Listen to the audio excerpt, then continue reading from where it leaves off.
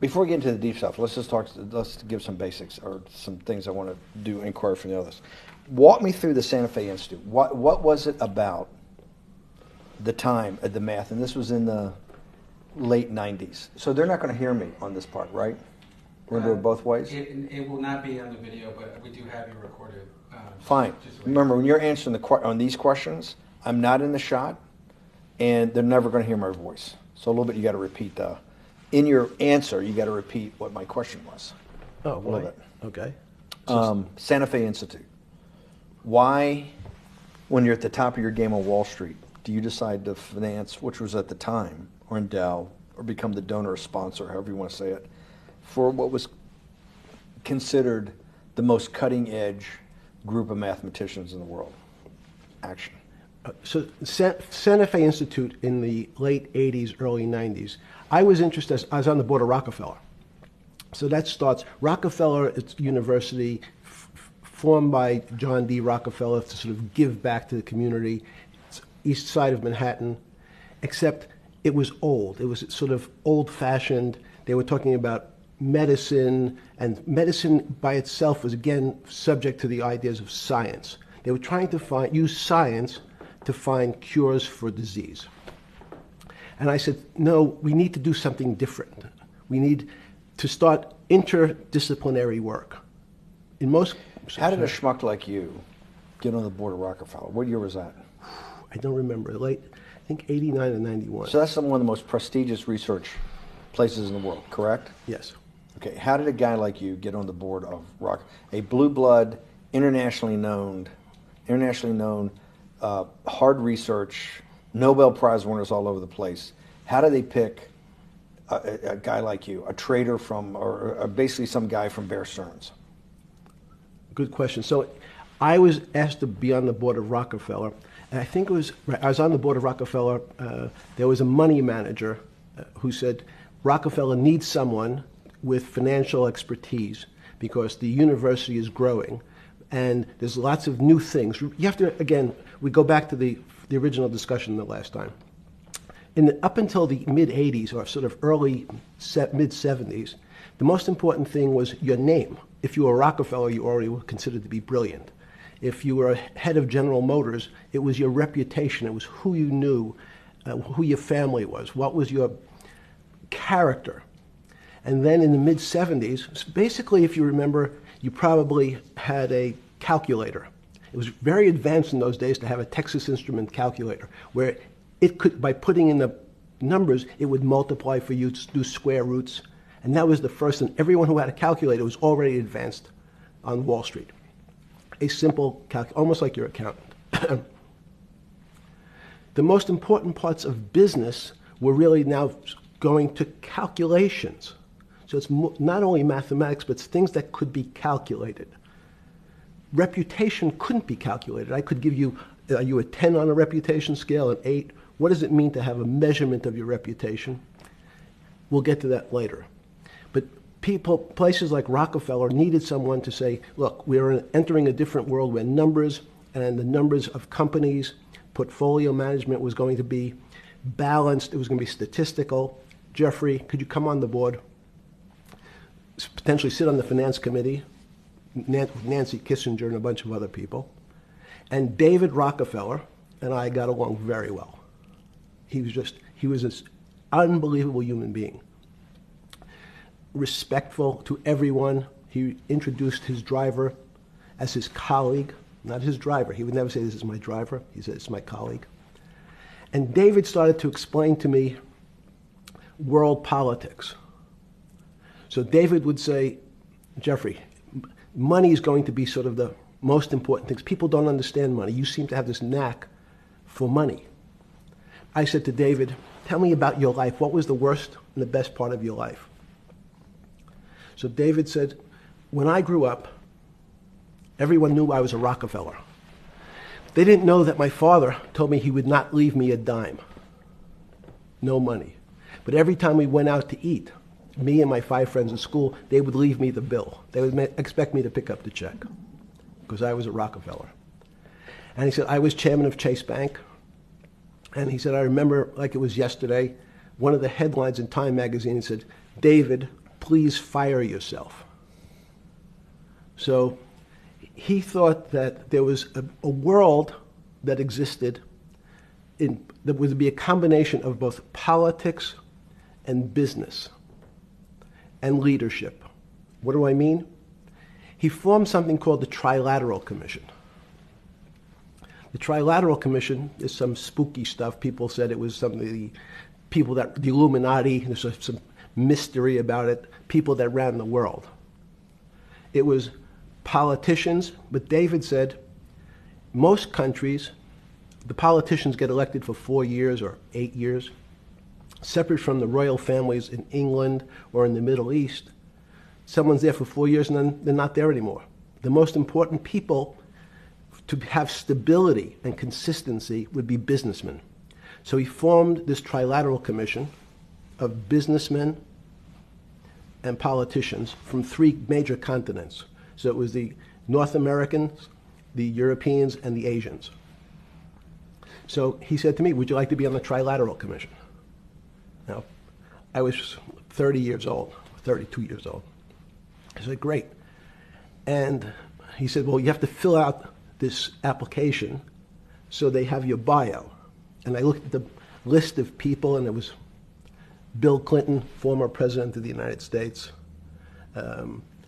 Paul Volcker, every great leader in America, the Asians, the Japanese, and with a very long description of their history. And they asked me to fill in what I would like to have written. And I wrote Jeffrey Epstein, comma, just a good kid, which I thought was funny, nobody else did. So in answer to your question, at that time I recognized around the world that monies and currencies were not really well understood. But again, it was only numbers. So numbers, and I'll get to the fact that it was bad thinking. Numbers are very good. Are most people that you meet, even on Trilateral Commission, when you meet most people, do you find most leaders financially illiterate, economically illiterate? Most political leaders don't come out of a background of finance. Most political leaders come out of a background of being popular. So in some of the countries, in some of the African countries, for example, they might have been a military person. They were a general. In some of the African countries, they might have been a disc jockey. Or in our country, they would have been an actor. The knowledge of money they don't have expertise, they have no degrees in finance. They really, and this is one of the major problems,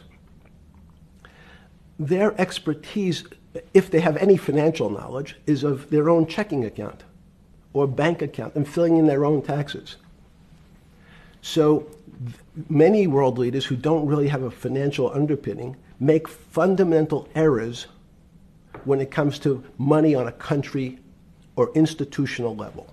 Let me give you an example. If you, Mr. Bannon, if I said your assets increased last year, you'd say, that sounds pretty good. And I'd say, what does that mean to you? You'd say, well, I have more money. I guess I'm wealthier. I'd say yes.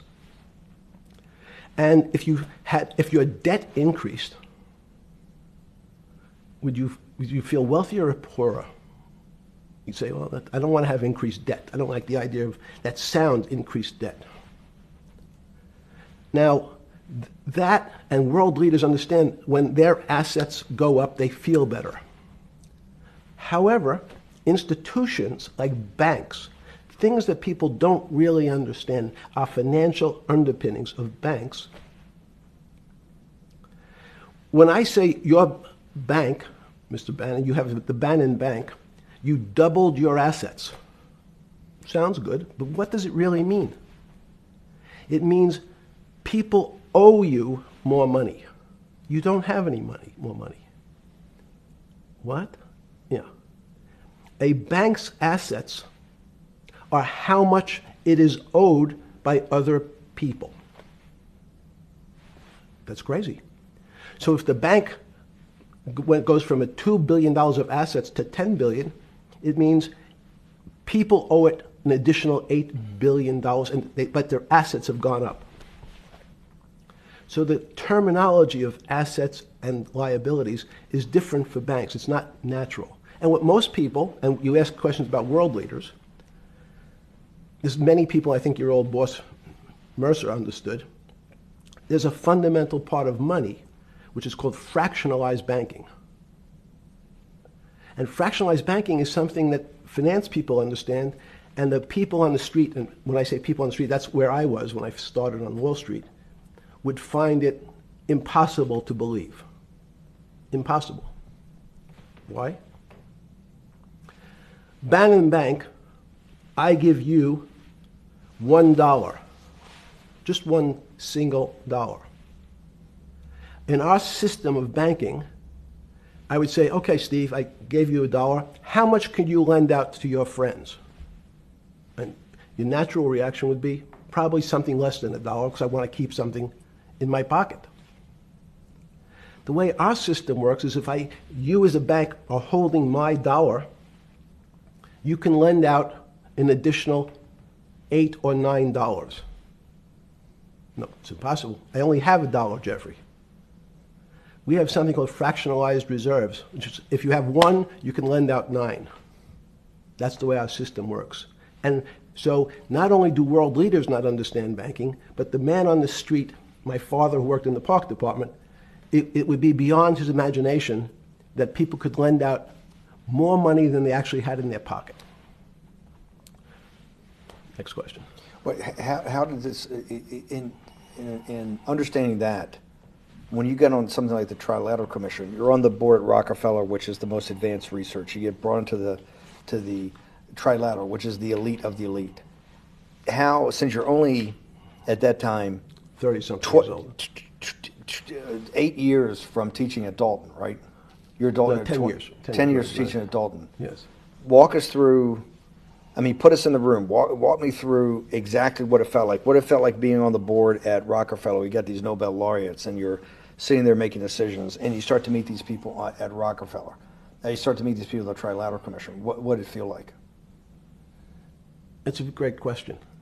So what did it feel That's like? what I'm in the business of asking. Yeah. What did it feel like meeting some of these people like Kissinger or Rockefeller? And those are two extraordinary people. But in general, I think the question, the people on Wall Street, I tell the story, the first day, one of the first days when I was in Wall Street, someone said to me, would you like to buy ATV?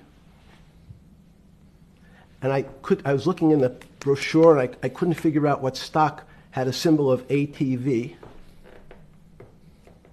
And when I finally said, well, I can't find it, and they said, what's the matter with you? Do you want to buy ATV?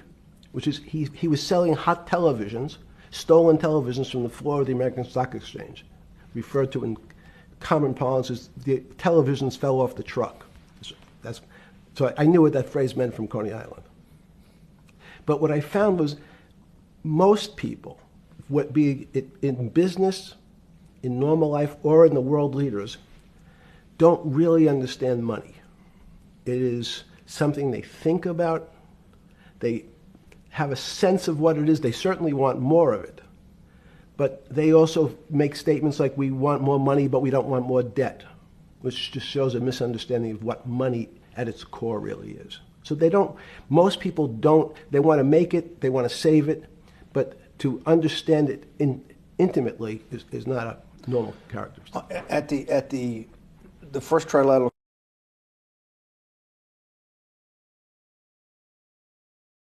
or something?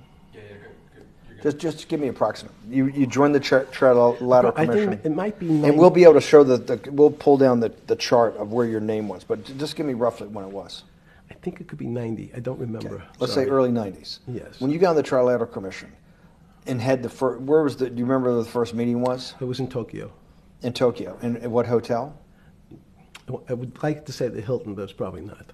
And it's a 3-day, 4-day? Give me some three-day event, and it walk me was through the whole thing. Speeches. It starts with a dinner. Just walk me through it. It was boring. You couldn't possibly think it was boring. It's bullshit. It was boring. You had to be stars in your eyes. No. Did you fly over privately? Yes, but it wasn't my plane. So it didn't count? No. You fly over. Yes. And it was who were the first? Like when you first met those leaders, you had to be wowed. No. You're 10 years out of Coney Island. No, I'm not wowed by people of position. I'm wowed by people of great ideas. And I don't care if it's the bus driver. I don't care if it's the student I had who has teeth coming out in Well, every these direction. guys have to have great ideas. They're the leaders of the three great continents of the world: North America, Europe, and Japan. No, many of these world leaders become world leaders because they're popular and they were able to get votes or they were able to convince people to vote for them. I learned later.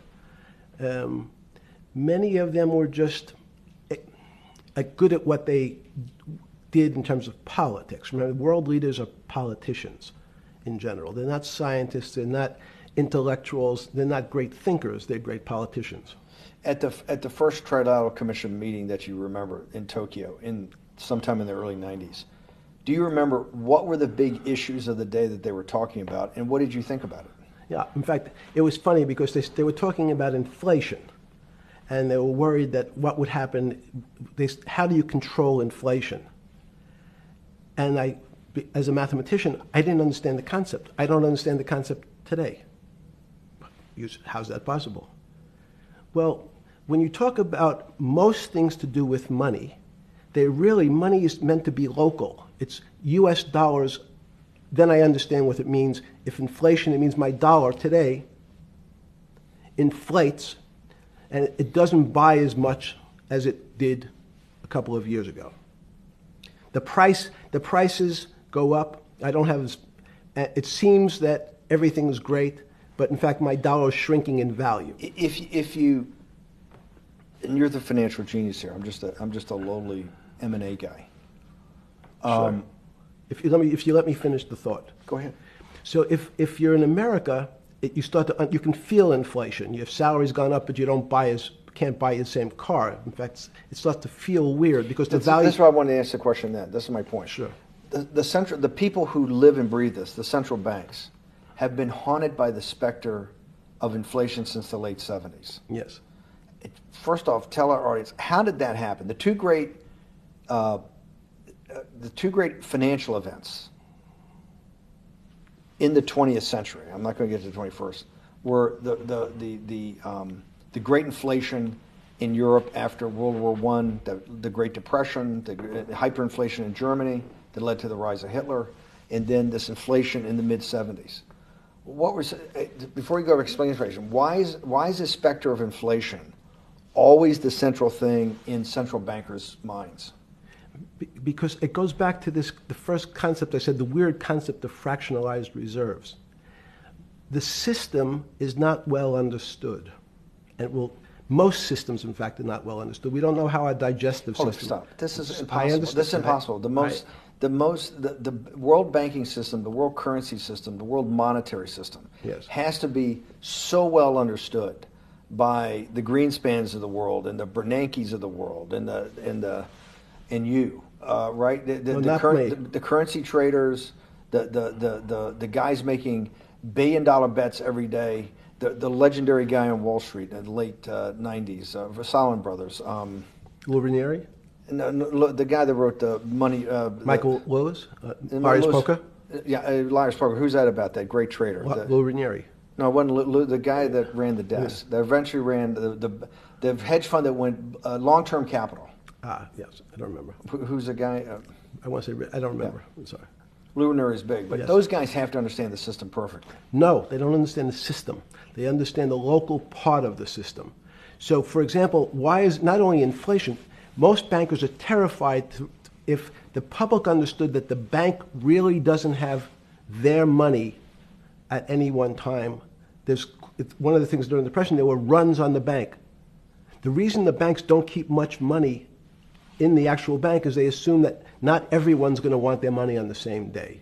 So it's not really the fear of inflation. The fear is a run on the bank. Everybody wants to take out something that doesn't really exist. Inflation is tied to interest rates. It's a more complicated example. But when your money doesn't buy the same amount of product this year than it did last year, if it buys less and less, like it happened, you used the term hyperinflation. There's certain countries that are not managed well, like in Africa at the current, a $100 billion bill, $100 billion bill in Zimbabwe is worth 1 American cent. That's the perfect example of hyperinflation. It goes up, it doubles every day. So people are afraid that their value in the system starts to break down. But so if I said to you, does your doctor understand your body system? You'd say, well, I hope so, because I want him to keep me healthy. But you could have a kidney infection, you could have a heart attack, you could have a broken knee. There's lots of pieces of this system. And in fact, when you ask the question, very few doctors understand your entire body. There's a specialist for your knee, there's a specialist for your polynoidal cyst, there's a specialist for your head, and now we have specialists in different areas. So and I'm going to get to your first question about Santa Fe Institute. The world economy and your body are both comprised of little systems interacting with each other and making one big system. This is what's stunning for all the little guys out there, the populist movement, the little guys that haven't had a pay raise in 30 years. They think that these elites, have everything. The guys in the room making the decisions, the party at Davos guys. You're sitting there, you don't think many people today really understand the complexity and really all the moving pieces and how they interconnect to the world's financial system. No, not only don't they understand the complexity, and that goes back to Santa Fe Institute was an attempt of trying to see if there was a way to mathematize, formularize, or algorithmically understand what the term complexity means.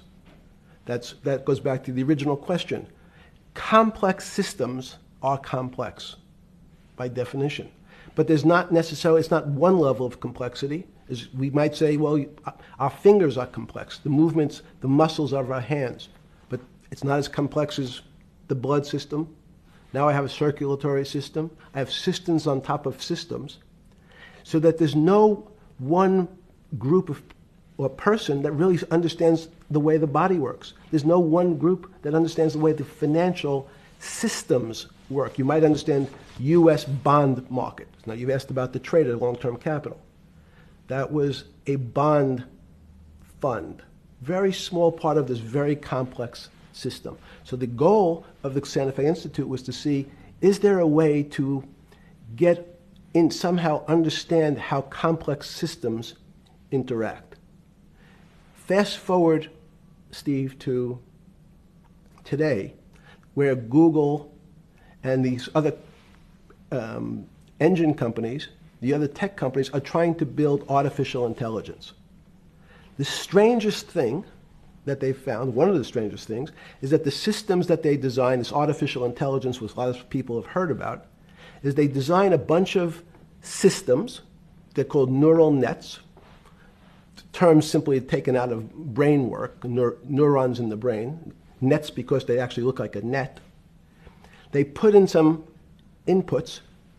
The computers work, spit out an answer. Sounds normal to you. It's because you're thinking about that calculator you had in 1976 on your desk. When you ask the person who designed the system, how did it come to that answer? How did your neural net, can you show me the calculations? They say, no, we don't know. We don't know how the thing we designed actually came up with that answer. That's pretty strange. They take the same neural net now and they put it in front of a video game. No learning, nothing. They said to the computer, they say, sit in front of your video game and learn how to play. It seems the computer learns better than any human in history, faster than any human in history, beats any human in history, but when you ask the designer how did it do it, no one knows. It just did it. So that's the first little touch of things that we already have gotten to a place where we don't understand it and we built it. On Sunday afternoon,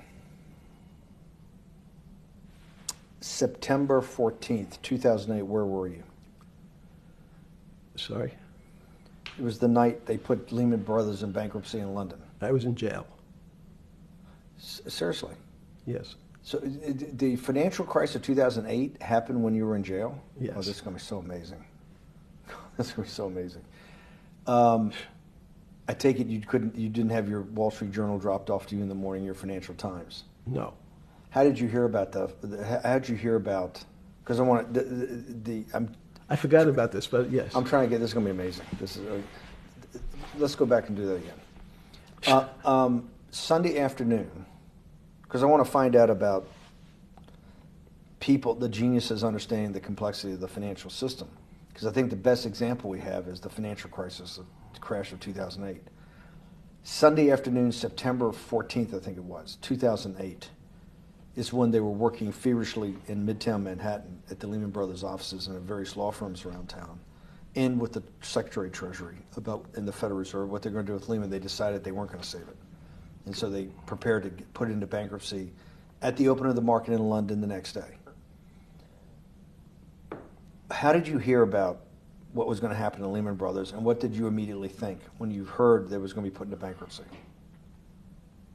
I'm glad you asked that question. I was in solitary confinement September 14th. And again, some of the public stories about the wonderful time I had in jail and my work release, which didn't come till months after. I'd been there since June in an 8x10 cell with a bed in the back, a 6-foot bed in the back, a chrome sink with a toilet attached to it, and a little piece of metal sticking out that was supposed to act as a table. Now, since I was in jail, there were no books. Why? There's no library. No library, but you're in jail. No, I was in jail, not prison. So in jail, I was in a place what's called the Special Housing Unit, which is for the roughest, toughest, meanest people. They had put me there, they said, for my own protection. So I was in a 8x10 cell with a little slit in the door where they would serve my food on a tray about 9 inches by 4 inches. And then as soon as I finished eating, they'd take the tray and close it down. And one of the guards said, do you understand there's Wall Street's crashing. I'm worried about my pension fund. What should I do? And I said, sorry, Wall Street's crashing? What's happened? And he said, there's some crisis and some companies are going bankrupt. I said, are you sure? And he said, yeah, it's all over the papers. We're all terrified we're going to lose our life savings because we have either a 401k or our pension funds. We don't know anything about money. Mr. Epstein, can you tell us, like, what's going on? Am I going to be able to afford my children's education? Am I going to be bankrupt like this company called Lehman Brothers? And there's another company in the front page today called Bear Stearns. Oh, no, I said. Why? Because that's the company I was a partner in. And in fact, that was a company I had a very large investment in. So, as a great story, I didn't have my Wall Street Journal, but in the early mornings, you're allowed to make 2 phone calls, collect. And when you pick up the phone, you can dial a number, and when the person picks up, they say, you're getting a call from the Palm Beach County Jail. Will you accept reverse charges? And the person either says yes, and the call goes through, or the person says no. The person I had called was Jimmy Kane, the president of Bear Stearns. And I said, tell me what's going on.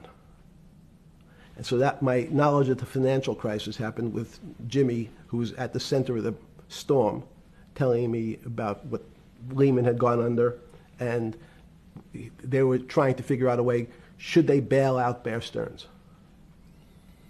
Did it strike you at the time of the mess you had made of your life to be in a situation that you're one of the greatest financial minds in the world, looked at by world leaders and asked your thinking by the most prominent and important people in the world, and here you are in solitary confinement. You got to make a collect call to somebody. Did it strike you at the time how how all the threads of your life had come together and put you in a position, or you had put yourself in that position? No. So it never struck you when you had to make one of your 50% of your collect calls that day, you call the president or the head of the CEO of Bear Stearns. The biggest financial event in your life is taking place, of which one, every important person in the world would be seeking your opinion. Number two would be a once-in-a-lifetime opportunity to apply your craft. Number three, it would be a once-in-a-lifetime opportunity to make money if you were smart, and obviously you're smart. You're telling me here, truthfully, that it never hit you at all of how you'd ended up in a place where you had to make a collect phone call from a jail cell that was 6x9 with a steel bed and your food being passed in through a slot. The question you want to ask is, who was the other call to? Okay. Who was the other call to? The other call was to my friend at J.P. Morgan, who was then, I didn't know it at the time, trying to buy Bear Stearns. So at one point, I had two phones. It was difficult because they're afraid people are going to hang themselves with the phone cord. So they don't actually come together and they're pretty short. So I was actually going between two phones talking to Bear Stearns and J.P. Morgan at the same time. So I found it amusing. And it never struck you about how to end up in a situation like this? No, that would be probably means I would be too self-aware. You can't possibly expect me to believe this. I know. I don't believe it. It's no, it Even can't, it can't as be, it can't. You're telling me that during that day, you never had a moment. You sat there and go, "What the fuck have I done with my life? That I'm in a 6x9 jail cell when I should be on a trading desk, or I should be in my $250 million, greatest townhouse in New York City, taking calls from the king of Saudi Arabia, the president of China, the head of Russia, the president of the United States, to save the world's population from a financial debacle." You honestly expect me to believe that never happened? You're suggesting I was sort of somewhat depressed, and how could this happen to me? I'm not saying depressed. I'm saying a moment of awareness of how could I get myself into this situation. No, I would just say how strange that this happens. It's strange.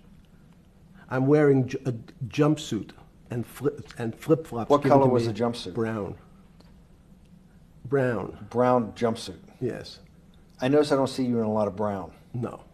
Brown jumpsuit and flip-flops. Flip-flops, yes. With no access to books, no access to newspapers, No access to anything. You had lived on information. Except my Almond Joy bars. I had extra Almond Joy bars. Did you eat Almond Joy bars and things like that because you're afraid of what the cooks did to your food?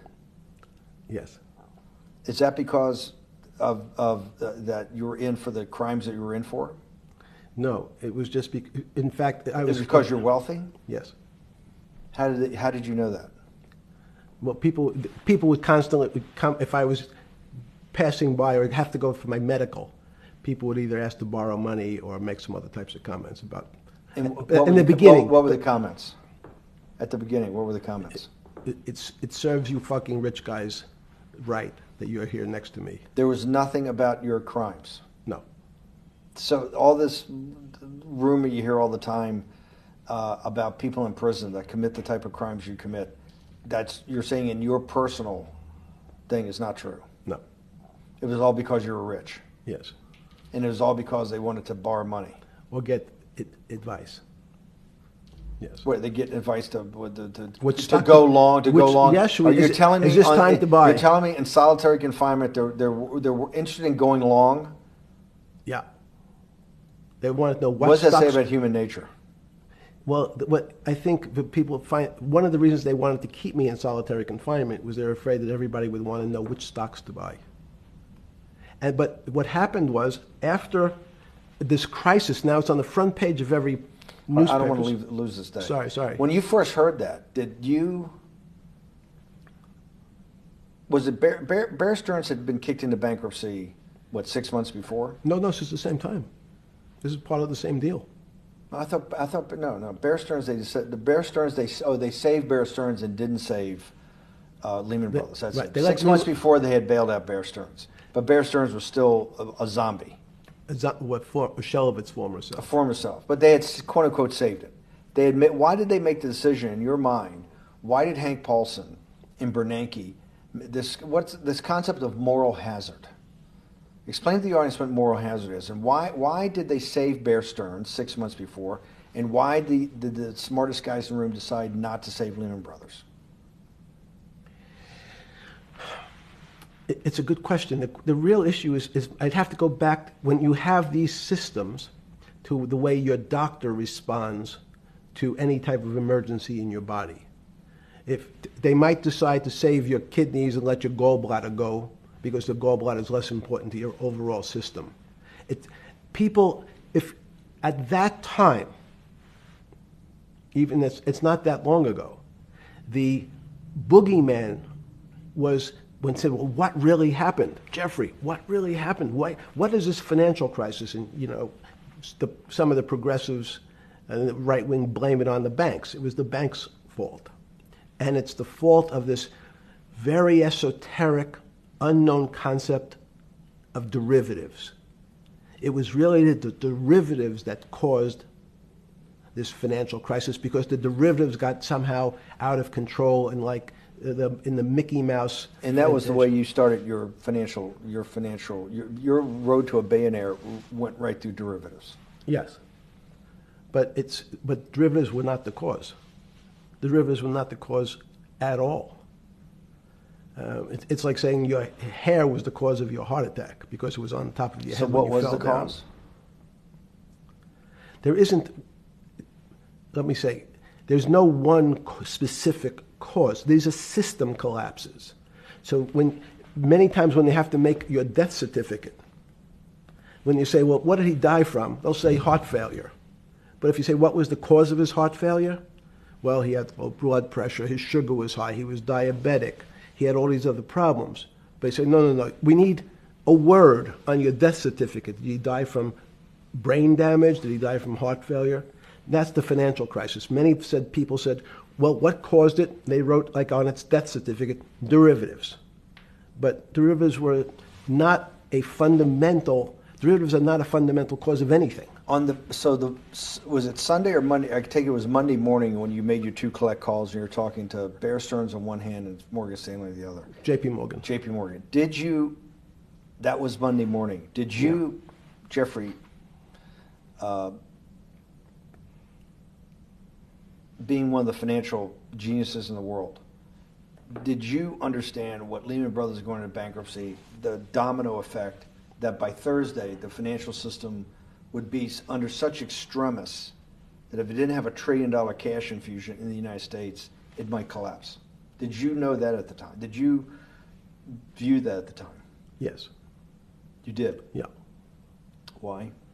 Again, I don't want to bore you or the audience with the idea of it's a medical procedure, but you had system failures. So you'd recognize that if I said to you, did you realize when your father was on the ground and he was clutching his chest and he couldn't breathe, it was a bad situation, he could die. That's how I saw it. Did you immediately think about the commercial paper market? I mean, the mechanical triggers that actually you had to blow through these circuit boards. Did you know the circuits? Did you understand the circuits? Or did you have a concept of the circuits that were going to get blown through? Yes, but only because of an analogy to a body. And in fact, from my telephones against the wall with my little metal wires, because the next day I talked to another person in Washington about the issues of what I thought was happening, and I made the same discussion about the... They were at the Treasury Department? Yes. So in a 6x9 cell in... The phones were outside the cell. In Palm Beach County, California? West Palm Beach, Florida. West Palm Beach, Florida. This was your juice diet. West Palm Beach, Florida. West Palm Beach, Florida. West Palm Beach, Florida. You're making a call to Washington, D.C. to talk to some deputy secretary of Treasury. Someone in Treasury. Right. Someone in Treasury. Right. And that does not, the night before you go to bed, it doesn't dawn on you at all. You never have a moment of self-reflection that, how did I end up on this metal cot when I should be at the center of things? No, I had a telephone. So I said, I can talk to, it makes no difference where I am. In fact, I'm still talking to the same person if I was at my home in Palm Beach. But I'm the here in difference your jail. home in Palm Beach. I can dial my that's a own phone. That's bullshit. No, but you can also make 1,000 phone calls. Here you got to make one, and he's got to take. Think the how much seconds. better that was. I had to decide who was the right person to call. That was unusual for me, because I would have called 20 people. And before. what was the advice you gave? I said, you have a sick patient, and it's very much like a sick patient in the emergency room. You can't think about it like your car. People in normal walks of life think about money and things as a machine. And unfortunately, so if your car breaks, cars are always easy to fix. My jets, my cars, if it breaks, I know it can be fixed because it simply follows the same pattern. If this part breaks, you replace the part and the thing works again. People and the financial system are not machines. They can't be fixed the same way. You can't simply take out put some more juice into the commercial paper market, and that's like replacing the carburetor on the car. It's much more, I have a patient who can't breathe, has a stomach problem, can't see, looks bleeding at the same time. What do I do first? I have to think about it as a system. Where's the most logical place? What's the most dangerous place? If your heart stopped, we have to start your heart again. In the equivalent to the money market, why do I have to start your heart again? I need to get your blood flowing. If your blood stops, you're dead. If liquidity, which is the equivalent of blood in the financial system, dries up. Once liquidity is basically cash, putting cash into the Forget system. about what it is. Okay. Liquidity is liquidity. It allows the system, it's the blood of the system. You need to pump blood hard into the body of the economy to keep it flowing. And if you're, especially when you're worried about someone dying, you're not going to be worried about the niceties of, well, you got the shirt dirty and there was some damage. Pump in that blood, keep that heart When you pumping talked to the person in Treasury on Tuesday, the 16th, did you get a feeling as you were sitting in your 6x9 jail cell in West Palm Beach, Florida, that they were on top of things? No, you can't. It's impossible to be on top of things.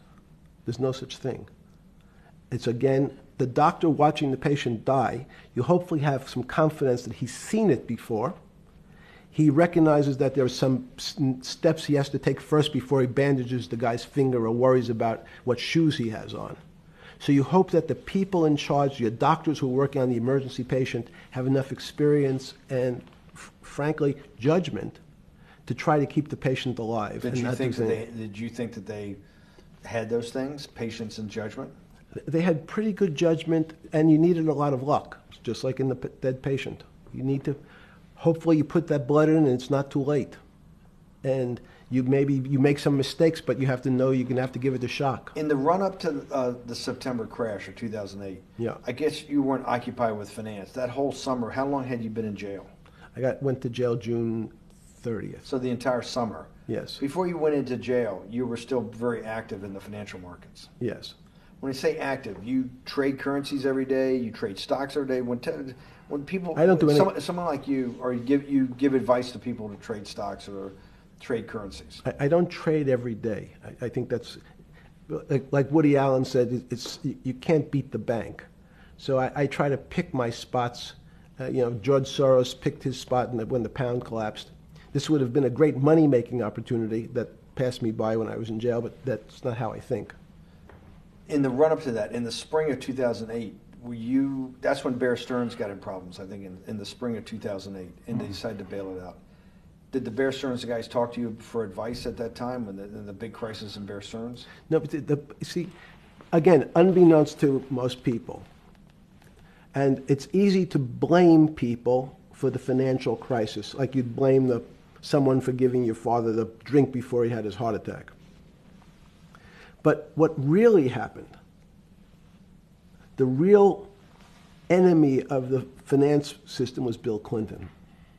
And if you ask me what and who caused the financial crisis, I would tell you it was Bill Clinton. Because of what Bob Rubin and he did to deregulate the financial system? No. Because as of the last time we had our 60-minute interview, you talked to me about home ownership. and you asked me whether everyone should own a home. And I told you, no, it's too risky. So the financial collapse of 2008 is because of hardworking African Americans, Hispanics, and whites who wanted to have a ownership stake in the society that all rests on their shoulders. They're the culprits. No, not at all. Okay, then I didn't say they were the culprits. I was pretty clear it was Bill Clinton. Okay. Why was it Bill Clinton? Because Bill Clinton wanted to get votes from those people. And he sold them the idea that instead of renting in a house, and historically the values of houses have gone up, and he said, you guys in these local communities who haven't been able to afford a house before, I'm going to show you a way. I'm going to give you a way because I'm sure I'll get your vote that you can own a house because I want your vote. So what we're going to do is I'm going to let you buy a house, Mr. Bannon, when you really, you're right on the border, maybe, or not even on the border. Your credit is not good. Okay, let's be honest. And it's not my fault, it's not Bill Clinton's fault, but if whatever happens, at the moment your credit score or whatever it is, your credit's not good. Now, normally, you come to me and want to borrow money, I'm a bank, and I say, I'm sorry, Mr. Bannon, I can't lend you money because your credit score is not up to where it needs to be.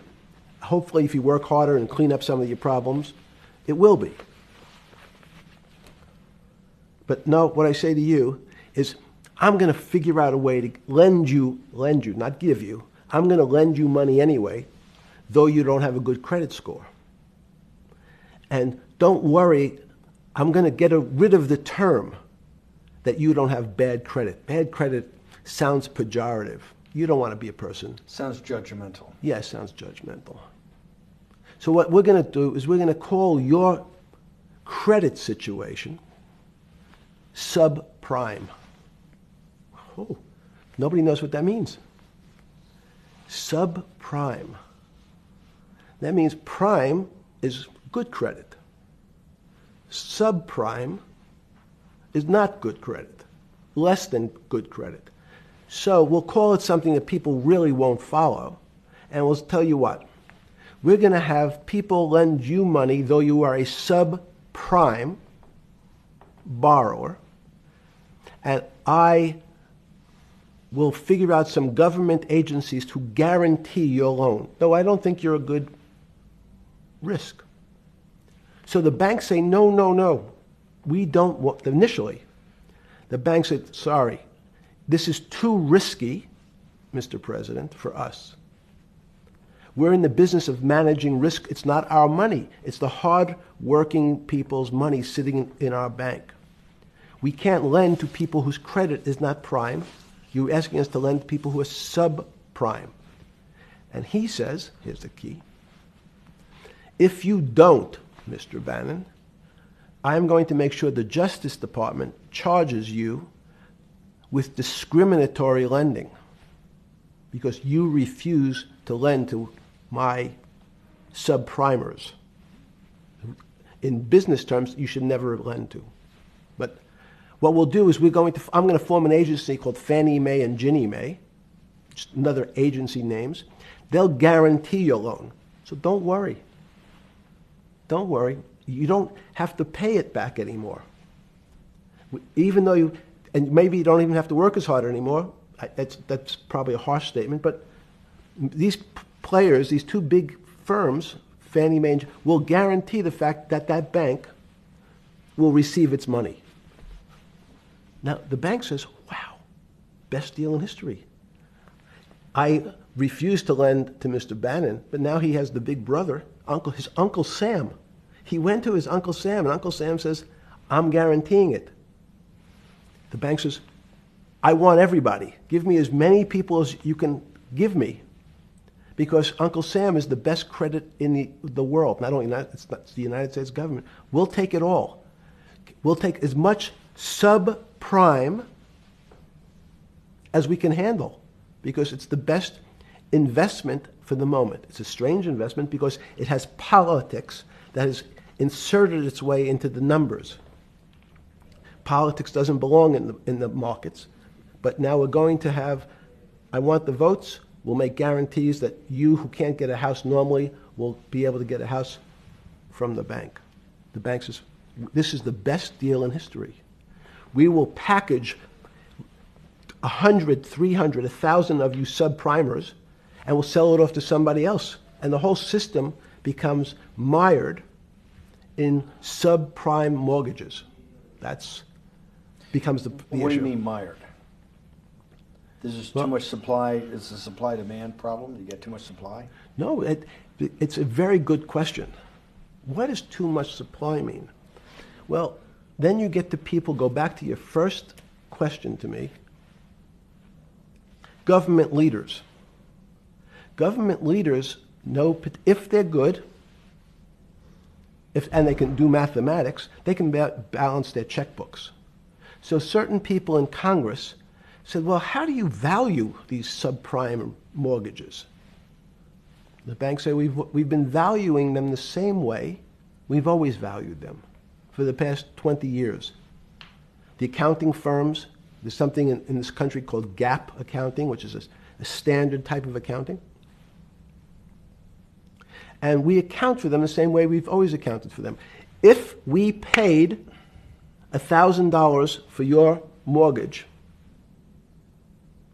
last night, when we put it on our books today, we're going to say its value is $1,000. It makes sense. I paid for it what's its value? It's $1,000. That's what I paid for it last night. No. The Congress people said, that's not really a good answer, you know. That doesn't give us confidence that you know what you're doing. Because what happens if you have to sell it tomorrow morning? Something's happened and you have to sell it. Remember, there's kinds of stress tests. Would you be able to value it at what you paid for it the day before?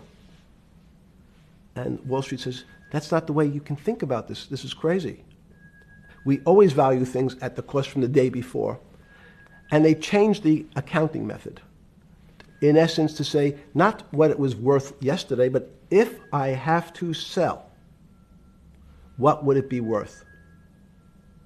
That's impossible. So what happens is every bank now has to value something they bought yesterday at lower than they paid.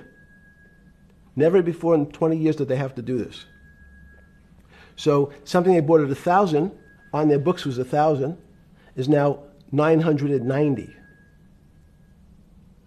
That starts to, you asked the question about what did I start to think about. Something's 1,000 and 990, this person now has to value it at 980. When did you first start to get nervous, understanding Bill Clinton in all this? Did you change glasses? Yes. Okay. I changed shirt. I saw the black. Are you okay with the? Yeah, great. I think we're going to have all kinds of changes. I'm experimenting. Yeah. Okay. When did you get a feeling? Did you ever anticipate, before it happened, something like 2008 could happen? No. How could that be? Because it's the word, I can beat it to death, is that it's very much like would I anticipate I'll have a heart attack tomorrow? Unlikely. Was 2008 a heart attack or a stroke? Debilitating? It's a better, it was both. But why was it both? Because in fact, as I said, the blood was getting dried up in the system, and the head, which is sort of the central bank, wasn't working. So to some extent, it was a combination. It was a crisis. Did you see that building up over time? It's always been lurking in the background. I mean, if you have an older parent, would you say it's possible? Did you anticipate him having a heart attack today? No, you hope things are going to go better and maybe they'll fix it up. The system was getting too complex, and it wasn't based on derivatives, because what people keep forgetting, and as I was just explaining, Wall Street, and in many professions, including Wall Street makes it sound complicated.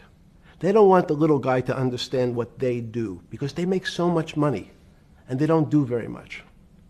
So they couch it in words like derivative and stock options and commodity futures and different types of contracts. It's all fairly, everyone is capable of understanding it. It is not complicated. But Wall Street, because they make so much money from doing fairly simple things, needs to make it more complicated than it really is. We had a very big recession in the early 90s based upon real estate and Japan basically imploding. Let's again, Okay. you had a recession in the 90s. I don't know what it's based upon. It's always interesting to look back and say, separate from there's certain triggers, like in the 70s there was a... What do you think it was based upon, the 90s downturn? It's clearly there was a huge downturn. No, I know there was a downturn. That's what I know for sure. That's a fact. That's all. Everything else is sort of speculation about why did he have that? I understand that, but Sorry. there's some speculation that has 0% probability of being true, and there's others that have 90%. In the range, when you look at the range of alternatives of what could have caused it in 90, and what I'm trying to do is get you all the way up to 2008. Look, Sure. You're the smartest guy in the room, right? You know that. Do you think there's anybody in the world today? Oops, this is going to be a bad question. No, but do you think anybody in the world today, the Alan Greenspans, the Bernankes, is there any central banker you know, any partner of any Wall Street firm, any guy running a trading desk, and I would take it that would be, or anybody at a Larry Fink at BlackRock, Steve Schwartzman at Blackstone, the top 100 financial guys, and let's throw in a couple of Nobel economists, and let's throw in the best professors at Wharton, at Harvard, at Stanford. Do you think that there's anybody that understands money or understands the world's financial system as good as you? There must be. But it doesn't come to the top of the head. No. Okay, fine. Now It's that not now that I've gotten that, let's go back to 1990. In that arc from the fall of the Berlin Wall to 2008. Good. We started with the implosion in Tokyo of the Japanese economy, Japanese financial markets. We had the huge run-up in internet stocks, right? We had the implosion of that in 2000. The bankruptcy of Drexel Burnham in 90. Mm-hmm. Implosion of Japan, huge run-up in equity markets for the internet, implosion of the internet in 2000, 10 years later roughly. Mm-hmm. And then this run-up through the Iraq War and all that, the run-up to 2008. Every 10 years, it seems like, we're in some sort of 10 years before the 1990s was the 70s. You sound like an astrologer. Okay. And not a finance person. You're usually a mathematician. It just seems to me a pattern of every 10 years. That's misleading. That's exactly right. Okay. Because people like to see patterns. People like to see patterns where there are none. So a pattern of a financial crisis every 10 years is just in my mind. Yes. Long-term capital, that had to be bailed out back in the late 90s when everybody panicked. And that wasn't that bailout today would look small, and it was $5 billion or was $30 billion. Businesses fail all the time. But long-term capital, the Federal Reserve stepped in. But I'm saying people go bad. Things go bad all the time. Yes, you're correct.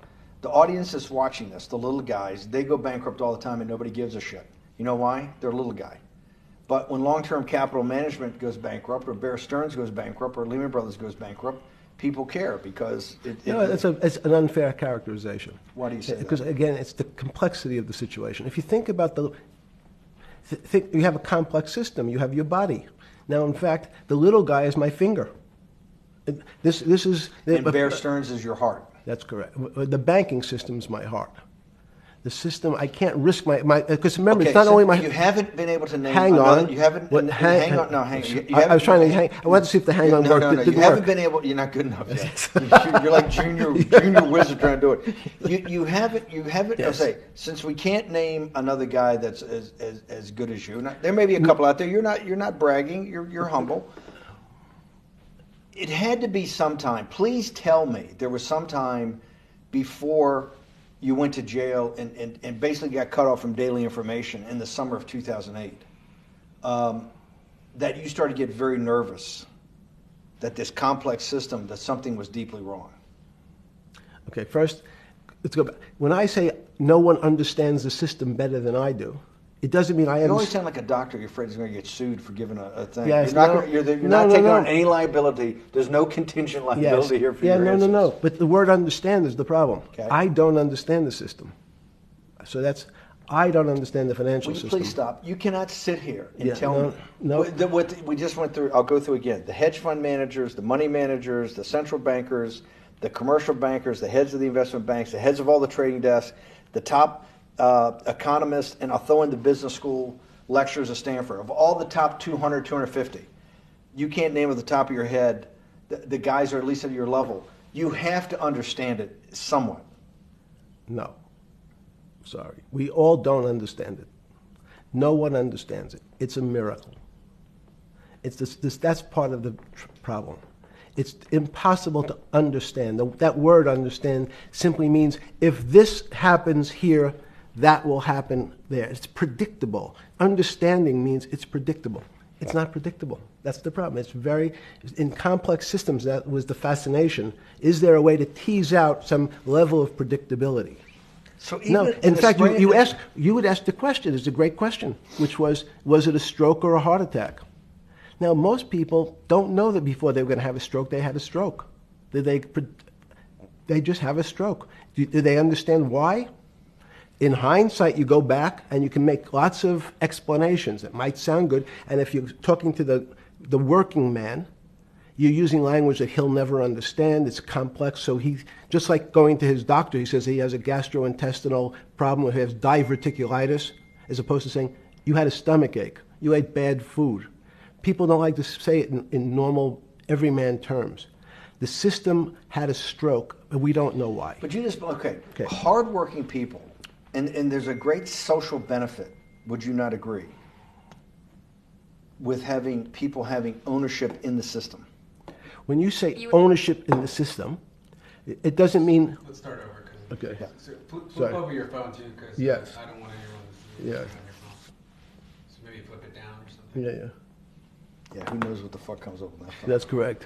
We don't want to send you. KSA. I can't not believe I've got the magic moment when you're in fucking prison or jail, wherever the fuck it is, It's in crazy. solitary. Now, there's a funny part to that we missed, which is So said... go ahead, tell it. The funny part is what you asked me... Is there anything funnier than that? No, For black humor, it's I don't make any black comments. Sorry. You asked me what I was wearing. That's right. You're too wrapped up in the Me Too movement. Yes. So I was wearing a brown jumper and a brown pair of pants given to me by the jail with the word trustee on the back. Because you had qualified to be a trustee? Well, the funny part was it was spelled Trusty. So I wasn't really sure. I'd been a trustee in many different operations, but it was the first time it was actually printed on my back and spelled incorrectly. Probably had a higher level of being a trustee at that than you had at all the boards that you were trustees, right? Yes, right, because the trustee meant you get two devices to clean your toilet as opposed to one. Yeah, but it also meant that you had some sort of personal fiduciary own responsibility for oneself, right? In the jail? You mean? Well, that's what being a trustee is. That's where they give you two. Yes, you get two cleaners. I was a trustee in the jail because I was able to teach some of the kids to help them get their GED. So that's how they gave me a trustee job. There's no time.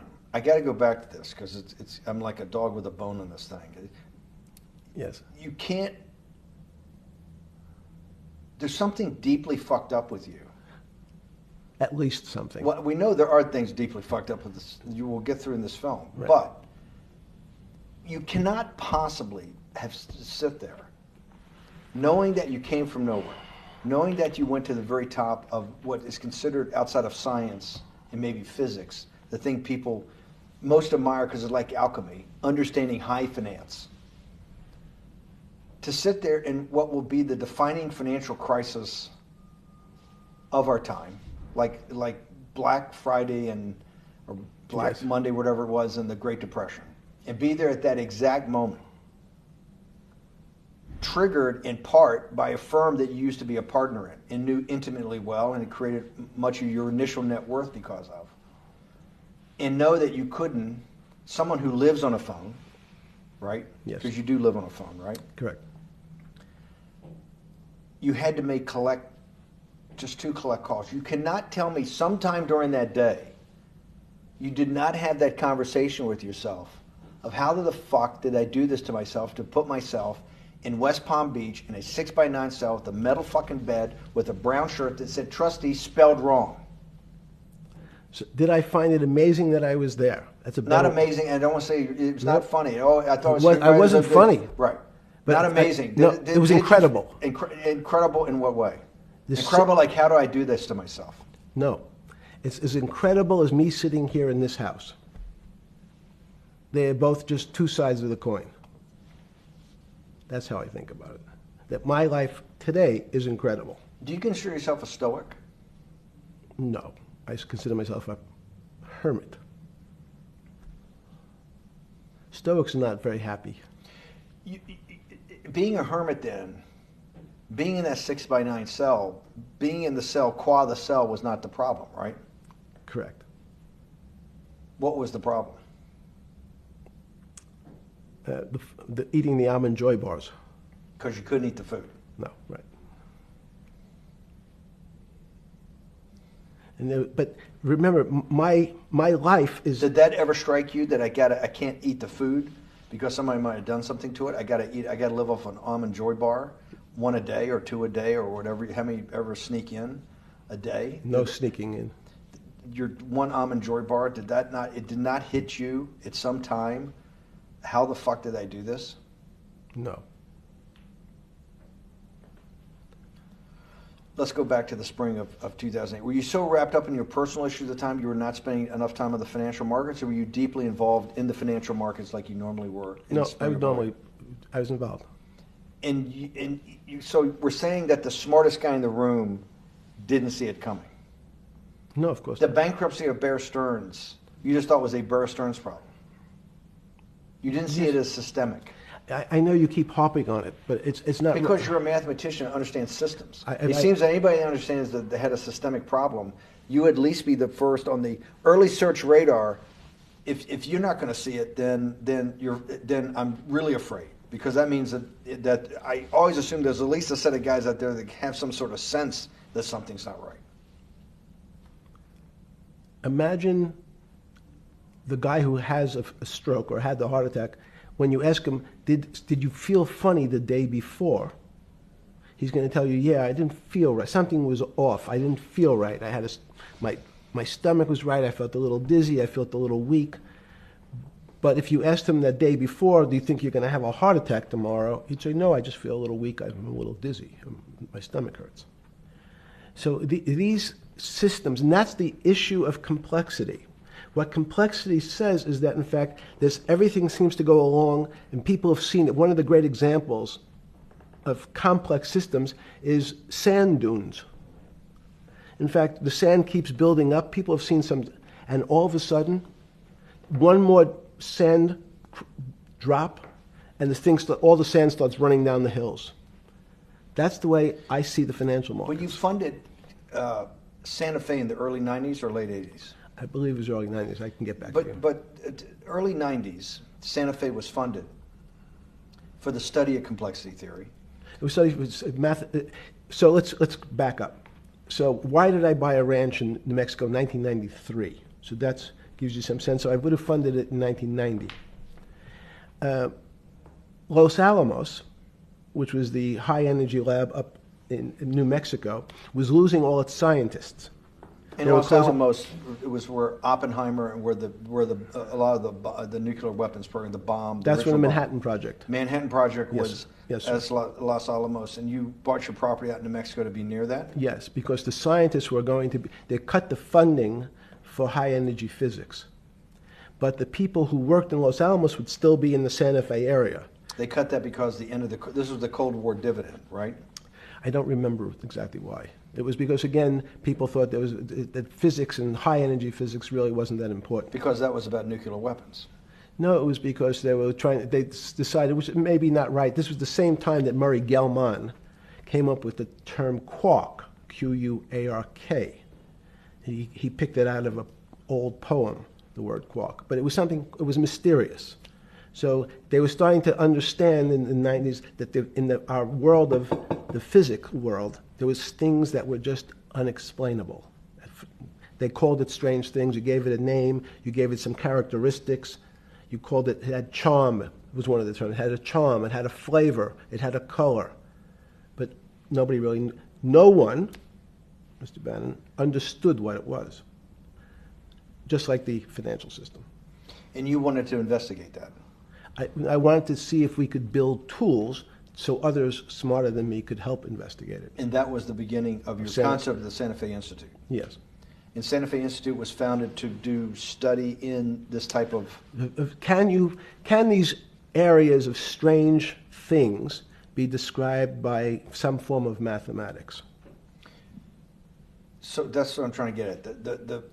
The foundational thought, the organizing principle of Santa Fe, yes, in the high physics lab at Los Alamos, right, which had been the headquarters of Manhattan, and the Trinity Project, right, the bomb. Yes. So you're talking about the elite, the high priest of physics. Of physics. Yes, sir. Which high priest of physics, some subset of that is also mathematics. Yes, they're both similar. Project out. One of the tools you want to do is to make sure that in this complex system, the finance system, I'm doing a lot of this for philanthropy and a lot for the good of mankind, but also to be able to understand this complex system, the most complex outside of maybe our body, of the financial world. Yes. Did they create tools, or were you smarter in then the mid-aughts, 15 years later, than you had been then because of work that was done at Santa Fe? No, it was great. But in fact, most of the money, most of my philanthropy in the area of can you describe things that appear to be unexplainable by mathematics, and can you fund people who have new ideas? And unfortunately, when someone thinks they've been able to, there was a man, Stuart Kaufman, when they think that, okay, I figured out how to be able to predict the unpredictable, what appears to other people to be unpredictable. But my system, in those days it was called genetic algorithms, can predict what things will happen, and they all want to make money. So they use their systems to try to figure out, they know they have figured out the way to make money because they figured out the unexplainable. They try, they go bankrupt, and we start again. So with a cold view, what I've come to realize is that the attempt to mathematize, formularize, or what in your prior work, to understand what really is, in today's world, still unexplainable, is impossible. They're miracles. Your first head of Santa Fe was Christopher Langdon, I think. Langdon from Australia. But Murray Gell-Mann was Murray Gell-Mann was the funder. He was the rock. Yes, he was the rock. He was a Nobel Prize winner? Yes. Yes, and a wonderful guy. He came out and helped us with the Biosphere 2 project. He came with Chris Langdon. Yeah. Chris Langdon was the operator, the day-to-day guy. Chris was doing artificial life. Right. Murray tried to lead his own artificial life. Yes. When Chris came to Biosphere 2 for the first big conference we had in 1994, he was one of the most impressive guys there among all the world's elite. Kew Gardens, the Lawrence Livermore lab, the labs at Sandia, all the major universities, Lamont Doherty, all the big Earth observatories, Woods Hole. What set Langdon apart, I thought, and the reason I invited Santa Fe to be part of it, was Langdon actually made a presentation that everything, and he was making this to scientists, a lot of marine biologists, a lot of people that were just beginning, Wally Broker and people who were just beginning the study of climate change, at that time called global warming. That he made this compelling presentation that everything's really mathematics. Yes. It's all just back to math.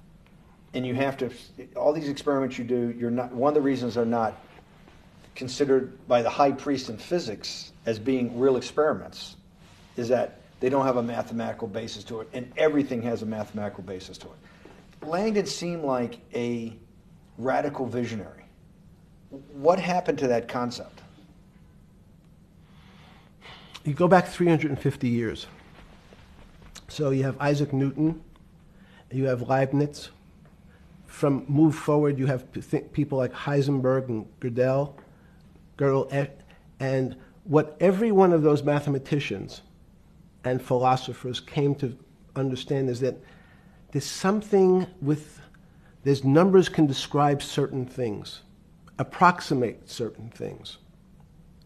But in fact, trying to put measurements and numbers on other things that are really unexplainable is folly. 300 years ago, they said that unexplainable realm was God. And people who attempted, in fact, to explain the unexplainable, who said, yes, I understand the unexplainable, were charlatans, they were the occults, they were the astrologers, they were the con men. Alchemist. Yes. Well, no, alchemist was, in fact, they believed that there was a way to transmute one metal into another. In fact, they always wanted to see if they can create gold. There's no reason, if you think about it, they recognize that one metal is different than another metal because it has some additional pieces to it. It has additional neutrons or protons or electrons. So because they thought it was a machine, they believed it was a machine, if I can take 5 protons and add 5, that gives me 10, I should be able to get gold. Move everything around inside these systems, the molecules transmute one molecule into another, and if this molecule I've transmuted it into is gold, I'm a rich man. It's back to money. But there's something strange happens. Isaac Newton says, this is really weird. If I want to push a ball on the table, I have to touch it. Maybe I have to blow on it. But I actually have to push one side of the ball or the book to move that side. I'm pushing here, and obviously this thing is what appears to us humans to be solid, so it moves as one thing. But the only way to get something to move was to touch it or put a force against it. Okay, seems to make sense. Everybody has that experience. I want to lift a glass, I lift it. If I want to push a ball, I push it. If I want to pull a ball, I pull it. But he recognized when the ball fell off the table, it went in a different direction. How's that possible? Nobody pushed the ball down. And he says, this is crazy. Why did the ball go down? I didn't push it. I just let it go.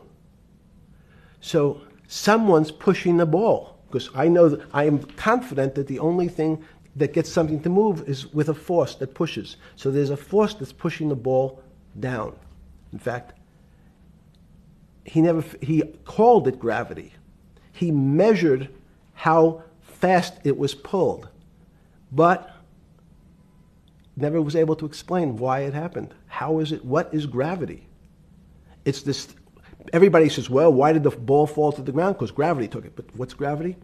That's, as Feynman would say, that's the name of the thing. We have no idea what it is. This goes to Santa Fe. They were trying to explain the unexplainable. Can we measure? Can we figure out a way to predict the stock markets using these types of chaos complexity? Before we get there, let's walk back through it. Let's go back to Newton. Sure. Pre-Newton and then Newton. What did Newton solve that for millennia up to Newton had not been solved? And then I want to go forward all the way to Santa Fe and what they were trying to solve. Let's start with just 2 or 3 of the basic guys, but let's go with Newton. What pre-Newton it was what, and then why is Newton such a genius? In such a in the I think mathematically they told me one time I've seen there's been 115 billion people roughly that have lived on the earth. And of that 115 billion, Newton. Are you sure that's a number? That sounds a lot very high. We only have 7 now.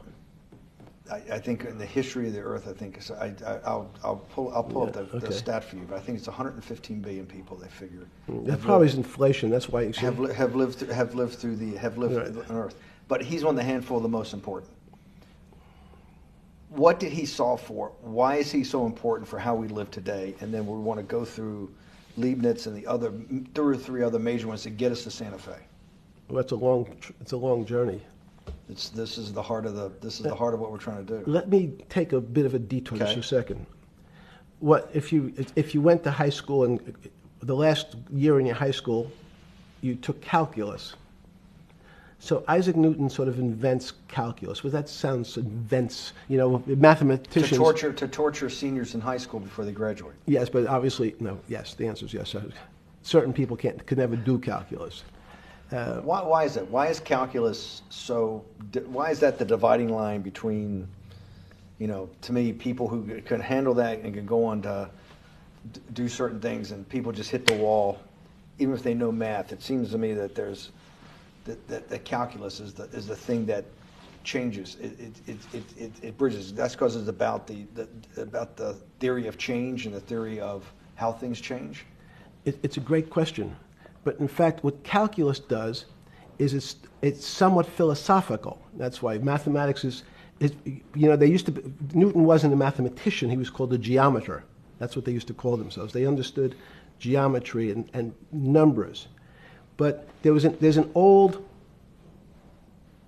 conundrum where it says, during Pythagoras' days, Zeno's paradox it's called, where they said, well, if the wall is 2 feet away from me, and I take one step that's halfway to the wall, that'll be 1 foot away. And if I take another step that's half again, that'll be half a foot away, and then a quarter of a foot.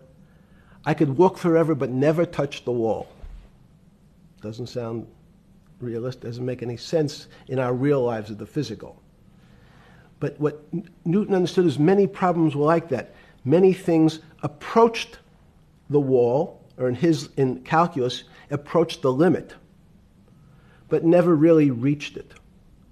So he said, it's okay, you don't have to reach it. We can do lots of the mathematics as if it was so close, it was almost there. And we could do lots of mathematics almost being at the limit. And this is really important, Steve, for today. Because most of the science up until today was things that are starting to approach the limit. You were taught in high school that if you had 1 divided by 0, if you remember your high school algebra, you were told, what's the answer to that? Is there an answer to 1 divided by 0? No, if you were in high school, I'd say, stay away from it. It's the boogeyman. You could write it down as it's undefined. It's not able to be determined. There's a bunch of things. But in fact, 1 divided by 0 is a strange things happen. It's a world of the strange. And what I'll explain to you after is that when you get 1 divided by 0, you get into a world we don't know what happens. The answer is it's not explainable. We can call it things like undetermined. We can have a convention to say it's X, Y, or Z. But in real life, we don't know what happens when you are actually at the limit. So Newton thought the same concept is that the limits were God. You got close to God, but you can never be God. It had this sort of religious interpretation. Okay, I want to go back to Newton. Why is Newton such a big dividing line in mankind's history? What is it about Newton? What is it about what he's trying to solve? What did they not know beforehand? And because we live to a degree in a Newtonian universe, although I realized later subparticle atomic physics, but at least for a while it was Newtonian. So what's the dividing line? Why is he so important? Why is he an inflection point in mankind's movement from the swamp to the stars? It's a great question. Stars were by Kepler. What Newton starts to allow us to do is to make accurate predictions. Remember that we've talked about that with money, about the things in our physical world, how cars, he didn't have cars then, how horse carriages moved, how bowling balls moved, how pool cues and pool table balls. Had people tried to solve that before Newton? Had Many, people many. tried it? Heraclitus or Plotinus, Pythagoras, had these greats that we hear about, had they tried to solve the same problem? Not the same problem. They tried to again, what Pythagoras did, he starts to figure out this relationships in triangles. For example, everyone knows the a squared plus b squared is equal to c squared. That Pythagorean theorem, which is basically says these shapes in a triangle, each side of the triangle has a fixed relationship with the other two sides. That's strange. He knew, again, but it was all numbers. This was a system of things in the physical world, and Pythagoras says we can start putting numbers on things that help you predict how they will behave. You can add two triangles and make a square, some different shapes. They were looking at geometric forms. Newton says, well, I want to know how planets move. I want to know how things around me move. Can we find formulas? Can I find formulas that explain what I see in the physical world, how physical things interact and how they describe one another? Again, the fact that two things, two solid masses, for some very strange, unknown reason, unknown today, attract one another, no matter what they are. People have seen the experiment. You hang something, two little metal balls from a string, and they move towards each other. In fact, they move towards each other was very specific. So when you drop the ball to the floor of this room, Newton says, in fact, the room came up a bit to meet the ball. The room moved. It's imperceptible. You can't really perceive that motion, but they attracted each other with certain ratios. So he started to be able to measure things in the physical world. And that was great advances. It also, now you wanted to move very quickly. Unfortunately, most people, especially in the 20th century, 19th century, said, well, like Newton, let's measure everything. Let's measure people's behavior. Let's measure their psychology. Let's measure their health. You go to we can have my blood test. Let's measure everything. We measure Wall Street. Their voting habits. Measure, measure, measure. Can we put a number on how much I care for my wife? Can I put a number on how I feel? And we tried, unfortunately, we try to mathematize the finer things in life, and then recognize that there's things that, unfortunately, just fall outside. Schrodinger wrote a very famous book about what is life. He was trying to figure out a way, can he describe the difference formulaically between things that are alive and things that are dead? The answer is no. The things that are alive in my world are miracles, not magic. Magic has a bad connotation, trying to hide things. You don't believe in the spirit or the soul? That's what animates people, is your spirit or your soul. That's No. Have you ever seen someone die? When they die, their spirit leaves. Their soul leaves, no question. So in There's fact, no question to you about no that. question. There's no question to you that there is some animating life force within us that leaves when you're dead. Yes, in fact, I refer to the soul. This obviously a certain the questions in the past, even Because during people would normally think you were soulless. So Thank you. But have you talk about you actually believe in it and have done some thinking about it is pretty shocking in its own right, isn't it? Well, again, mathematics. Leibniz thought. So Newton was at Cambridge, and he was the head of the math department, right? He's a professor, essentially. Yes. But Leibniz, was Leibniz a German professor? Yes, but what Leibniz said is the soul is so strange because God took chemicals, which is simply the material, like tables, and he somehow made this material able to have a thought. How strange is that? Not only does it have a soul, but some way it was put together that this material substance is able to think. So when you say to me, it's obvious to everyone that there's such a thing as a soul. Now, if you're part of the Charlatanville, you'll try to explain it to people. The soul I describe as the dark matter of the brain. Why is it dark matter? Because in high energy physics nowadays you hear terms of dark matter, dark energy. Again, terminology, it's a complicated term. Why is it dark matter? Because we can't see it, that's all. What do you mean you can't see it? Well, somehow we see something moving towards this area of darkness. Something, I can see this thing. This appears to me to be empty. It's just black. But I see it being drawn this way. So I say, well, I know if this were matter, that would follow that equation. If this was solid, it would explain the way this particle moves. But I can't see anything here. So I'll just call it dark matter. And I'll say, I don't know what it is, but it behaves as if there was something there. The soul is obvious to everyone that there's something different between things that are alive and things that are not alive. But we have no idea what it is. It's currently unexplainable. I believe we need an entirely different system of analysis to try to figure out. But Sorry. No. With Newton, with all his alchemical studies and things he worked on, the spiritual side, Leibniz that just talked about the soul, Schroeder talked about what is life. If a modern scientist or someone that you funded at MIT or at Harvard or one of these things talked in those types of terms, they would be considered to be a wingnut today, wouldn't they? They would not be. They would not be on the path for tenure, right? Unless they were in the philosophy department.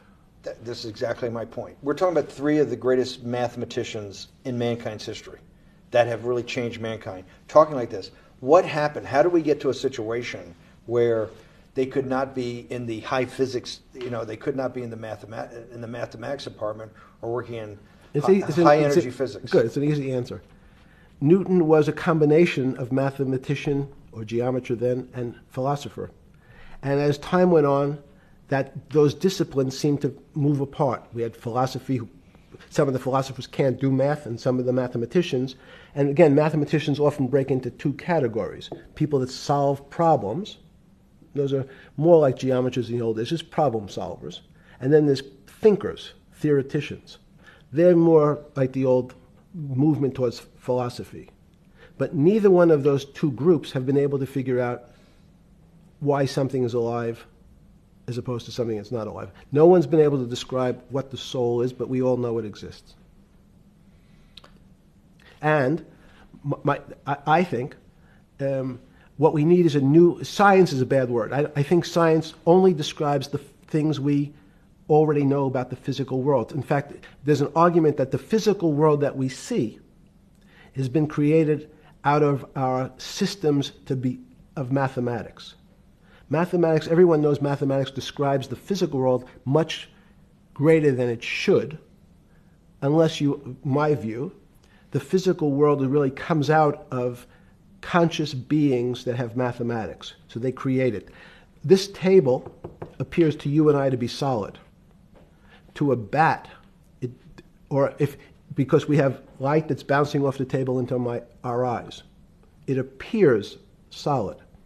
If instead of eyes that responded to wavelengths of visual light, our eyes responded to radio waves, the radio frequencies, it's not different, it's the same type of frequency as light, but different speeds, the table's invisible. We know that our phone works in this room. So the waves are coming through the windows, the waves are coming through the walls. So the walls are invisible to that type of radiation, that type of energy. The walls I can see them because my eyes, a physical system, determines that the walls are there. You, with Murray Gell-Mann, you founded, or were the original donor, and had the idea of Santa Fe Institute. In 10 or 15 years later, that effort to study the complexity of systems mathematically. Yes. Was It's a total failure. Yes. A total failure. Total failure. Why is that? It's the failure of science because, in fact, if to some extent science doesn't describe romance. I don't know why I'm attracted to somebody. I don't know. People are attracted to each other, and everyone has the same feeling. They've seen someone walk in the room, and they say, "Oh, that person gives me a creepy feeling." Science has tried to describe. Science doesn't describe what creepy feelings means. They just know it's a creepy feeling. I think women as I said the last time, have an intuitive sense. What is intuitive? They have intuition, they have feelings, and they're able to deal in the realm of things that men, especially men like myself, find unexplainable. They have women have intuition, men see things a bit differently. Men want to measure everything. Women are not really that interested in measuring. In what you're saying in macro terms, you actually think science, mathematics, maybe ultimately technology is moving to that more intuitive. I think science and math are old-fashioned. And unfortunately, people are still taught that they have to learn algebra in school and certain things in school, as opposed to learning to have an emotion. Is this what Larry Summers was trying to get at? Maybe he didn't say it perfectly enough, but what he was trying to get to in that system, the systems we study today, the way mathematics is either taught or understood, that women just haven't gotten up to the highest realms of engineering or physics or mathematics because of that. And you're actually implying that there's a either new branch of science, or we've hit an inflection point like in Newton that's going to go in a Newton took mankind in a different direction because he was able to measure. Then you had subatomic, non-Newtonian physics later. Are you saying that you think there's another developing field that's coming up that may take us, I don't know how many decades to get our hands around, but that's what's evolving out of this? Yes. Yeah.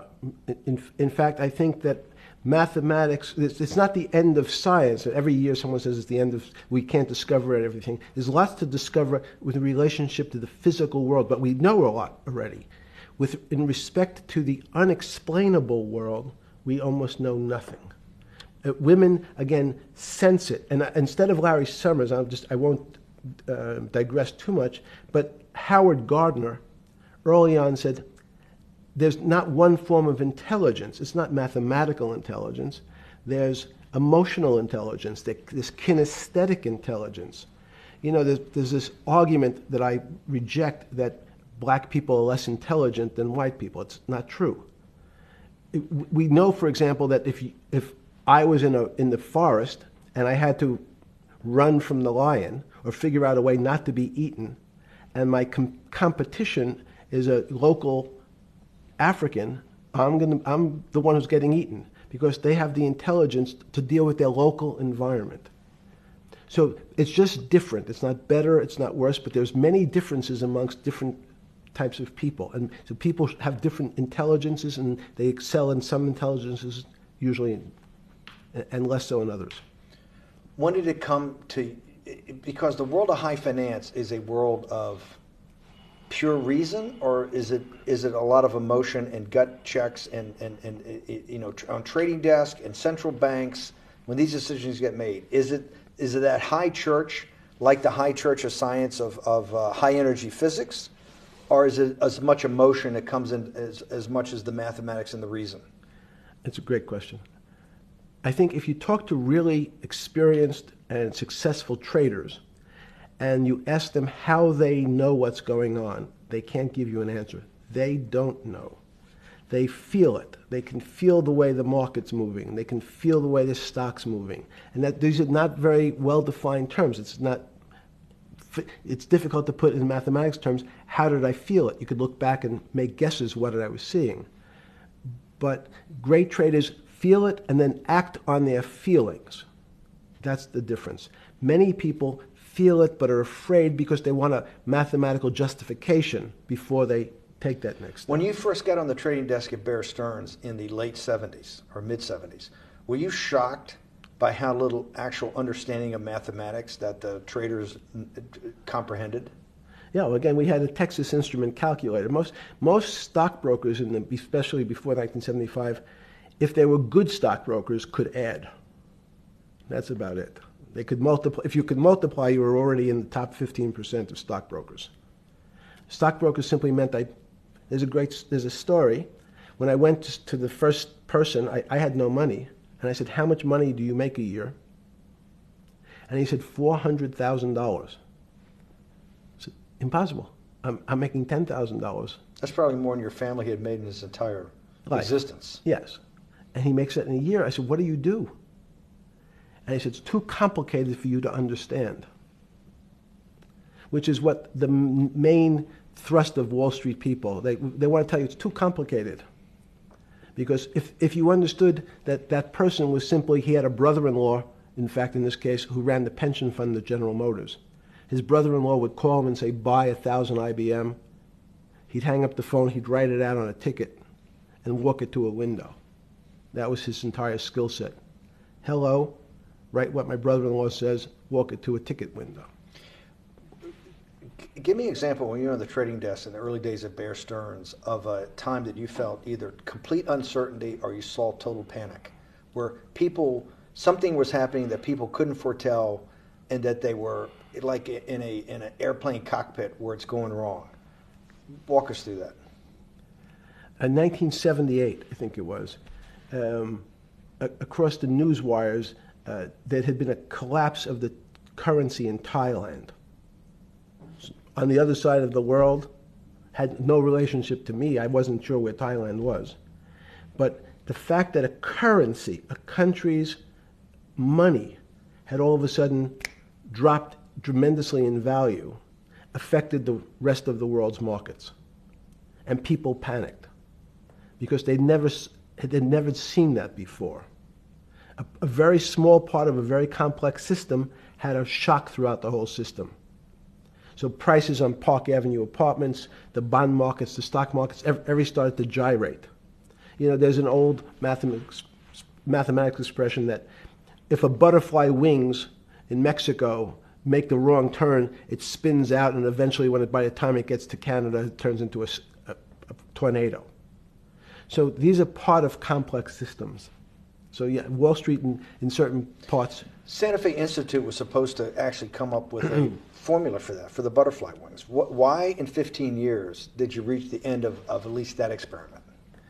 Every attempt that's why it's so exciting now, because I think certain people are starting to realize that there's so many things that are unexplainable that we have to think about them differently. Music is a great example. It's a common man's example. You know, when you hear a certain song, it makes you feel a certain way. How does it do that? We don't know. We can't mathematize it. And even that music, Steve, nowadays we compress music. When you have a violin, it's compressed onto your iPhone. So what does compression mean? I'm taking lots of information and I'm cutting it into lots of pieces and squishing it together.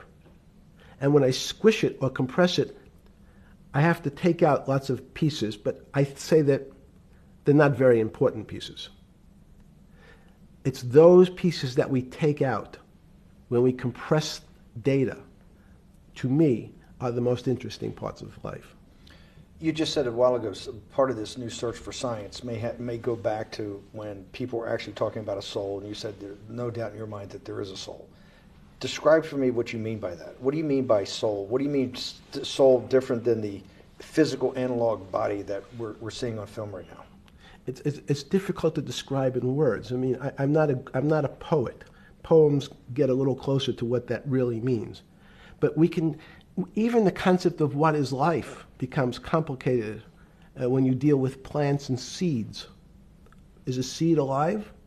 I don't know. Certain people would say, no, it's dead. When you're a banana, one of my favorite examples is the banana that's sitting on the countertop in your kitchen today. Is it alive or dead? What do you think about human life? Tell me about human life. But your banana is alive. That banana is breathing. It's on your... You say, that's impossible, Jeffrey. No, it's not. Is the banana conscious? All these are words. So everyone's trying to fit a very complicated concepts into a very small box called conscious or alive. These don't fit in that way. So if you put your banana in a bag and put another fruit in with it, the fruit ripens faster because the banana breathes with it. We don't understand most of those things. So you asked the big question. Sorry. You talk about the life. What about human life? What about it? Tell me what do you think? What do you think human life is? It's a miracle. It's a miracle. And when I say miracle, I can't explain it, and I make no attempt to explain it at the moment. We don't know how to think about it. And anyone, and again, another one of the Feynman quotes when he was talking about quantum physics. He said, anyone, Jeffrey, who says they understand quantum physics and quantum mechanics and quantum behavior, you know they're lying. Let's talk about it. That's post-Newtonian. Talk about what's the difference, who founded quantum mechanics, why is quantum mechanics taking Newtonian physics and taking it to the next level? It forms a much broader category. Let's go back to this desk. You used the thing of Newton using this desk. Why can't Newton's theory explain everything? Why did subatomic quantum mechanics or quantum physics have to come in to explain this?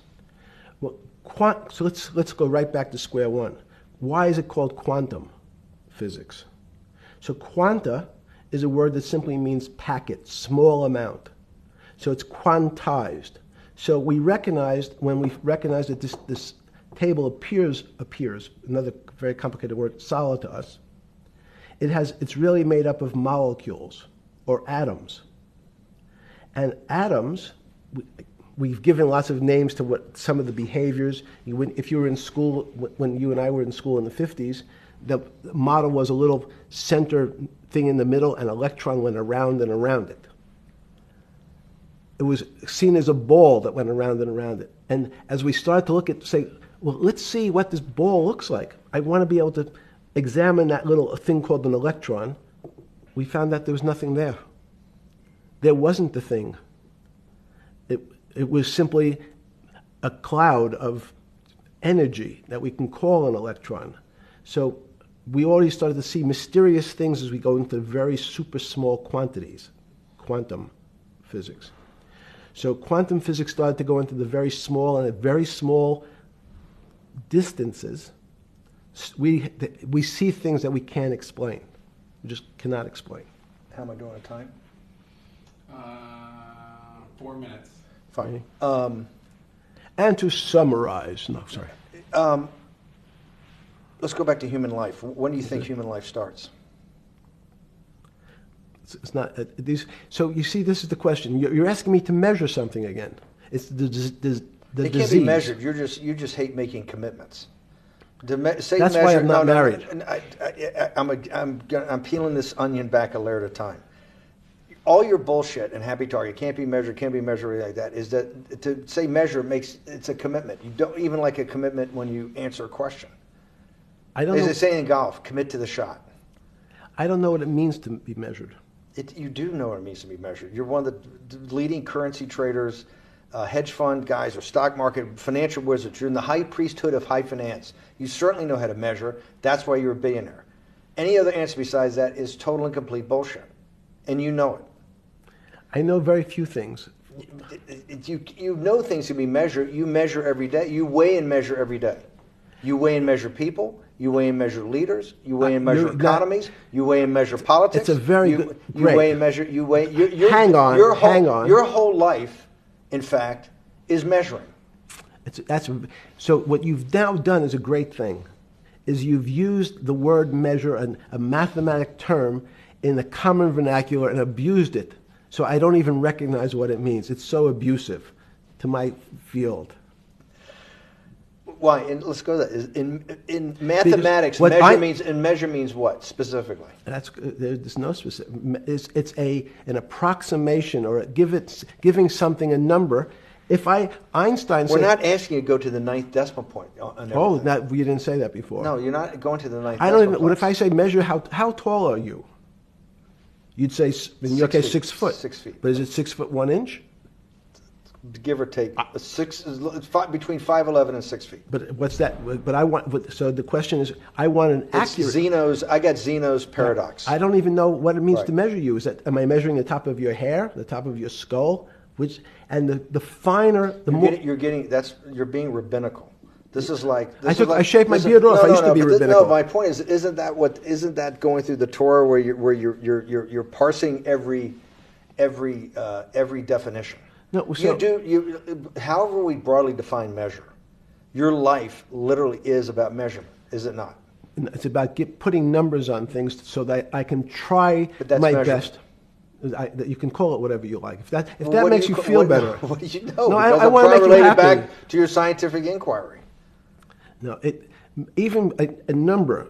People don't. A number is a complicated When did thing. you come? When did you come to this inflect? When did you come to this aha moment? Was when it was in your solitary confinement, when the biggest financial crisis in world history was going on, in your 7x9 jail cell with your metal bed and your two brushes because you were a trustee with the brown uniform on, trustee spelled wrong. Is that the moment of clarity that you had about science and Newtonian physics and everything that we can measure is really not going to be the way we go forward? It's going to be much more esoteric, emotional intelligence thing. Was that your moment of clarity?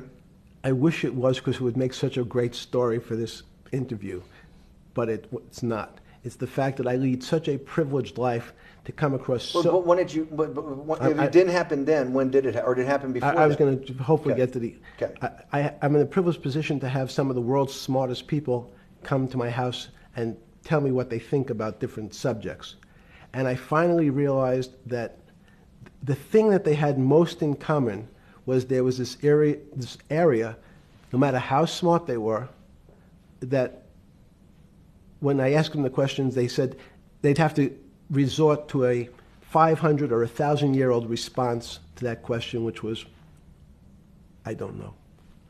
You know who else found that out? Socrates. That's what Socrates kept doing, right? Socrates kept asking all the experts. He would go through, question after question after question, and realize at the end they didn't really know. They really didn't basically understand what they were talking about. And one of the things that people won't enjoy, it turns out that potentially one of the bad things to teach children is how to write. Writing, reading, and arithmetic everyone's supposed to be taught. But writing forces you into a very narrow channel of thinking. You have to write in a certain form, in a certain way, in a certain linear pattern. So your thinking becomes somewhat narrow. The reason I brought up writing is one of the recent discoveries of mine with respect to Socrates, Plato, and Aristotle is they never wrote anything. They spoke, and people around who could write wrote. Socrates could think. So that was... Jesus of Nazareth was the same way, right? Never wrote anything. I thought he was a carpenter. He was a carpenter. Didn't he need like a little carpenter's tonight? I don't want to get that. But at least his written record. Right. One last thing. Sure. Thank you for having me to your house.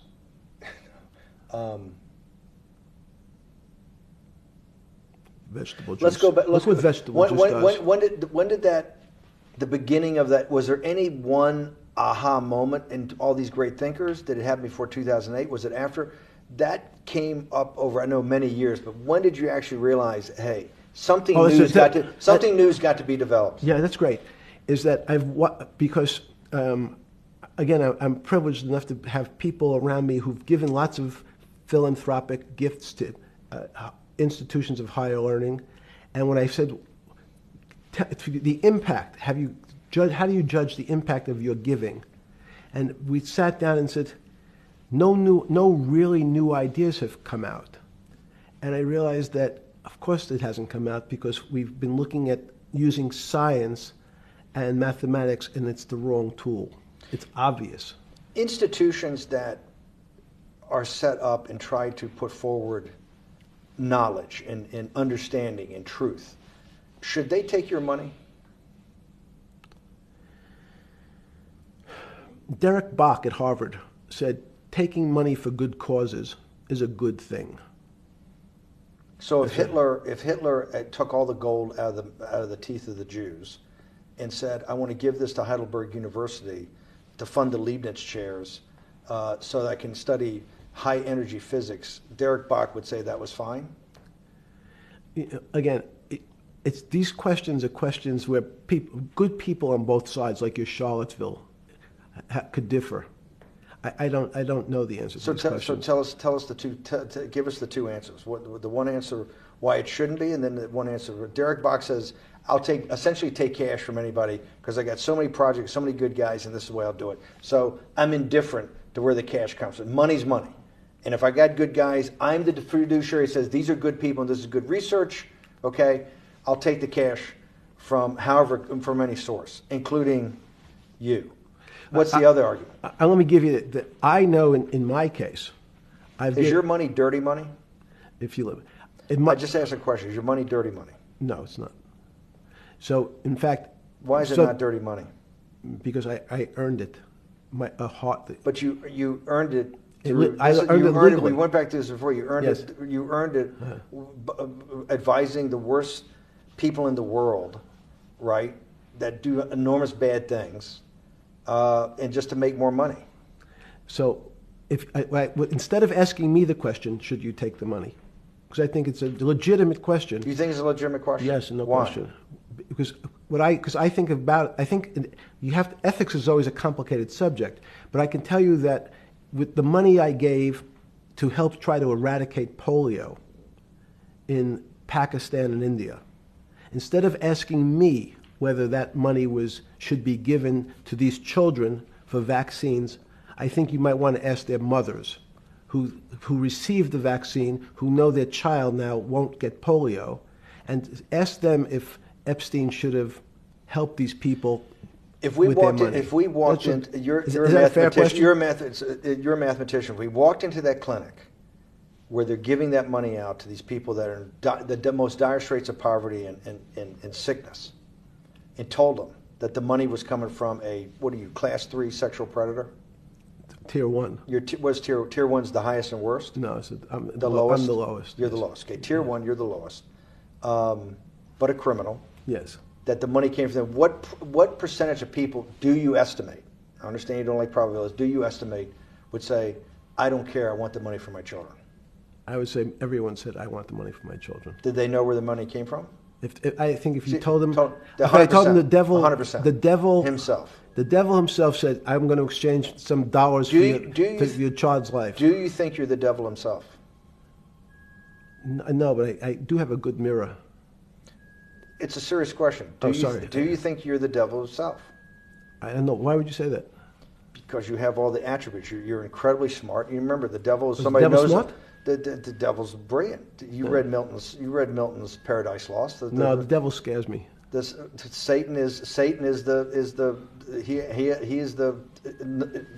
at the number 1 or 2 archangel, and the reason he goes to hell and leads the rebellion is because he can't be the top guy. And his thing is, I'd rather reign in hell than serve in heaven. I saw that in a movie once called American Dharma. I don't remember who said it. Okay, we have to go. Okay, good. Okay. That was good.